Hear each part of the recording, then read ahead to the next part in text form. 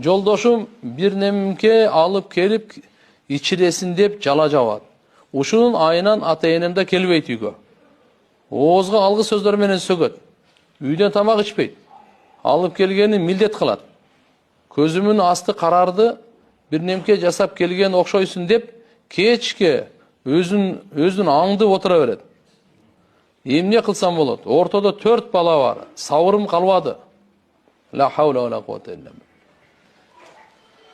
Жаман күмөн мененче аялың менен жашай албайсың. Жаман күмөн менен жакшы күмөн болуш керек. Пайгамбар саллаллаху алейхи ва саллям бизге сизге үйрөткөн. Аллага жакшы күмөн кылгыла, пенде инсандарга жакшы күмөн кылгыла. Ошо инсандардан эң жакыны ата-энеңиз, аял бала чакаңыз, бир туугандарыңыз. Сиз жакшы күмөндө болуңуз. Арам күмөндө болбоң. Арам күмөн сизди кыйнап коет. Жашоо уланбай калат. Жашоонун чырагы өчүп калат туган, Ошон үчүн жаман күмөндө неме кыла бербеш керек. Ошого бая такыбалык менен иншалла аракет кылыш керек.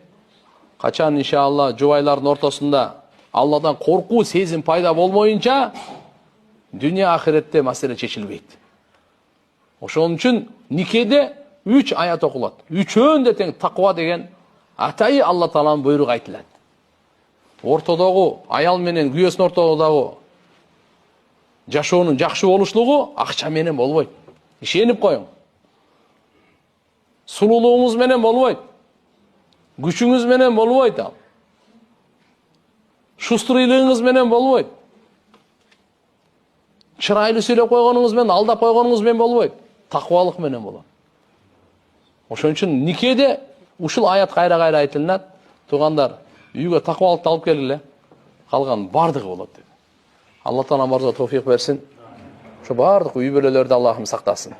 Курулган үй бүлөлөрдү Аллахым бекем кылсын. Жараткан Алла субхана шайтанды аралата көрбөсүн. Алла субхана ва таала мына бардык айтылган суроолору башкаларга айтылып атат. Алла Таала барыбызга жардам берип, эки дүйнөдө бактылуу болсун.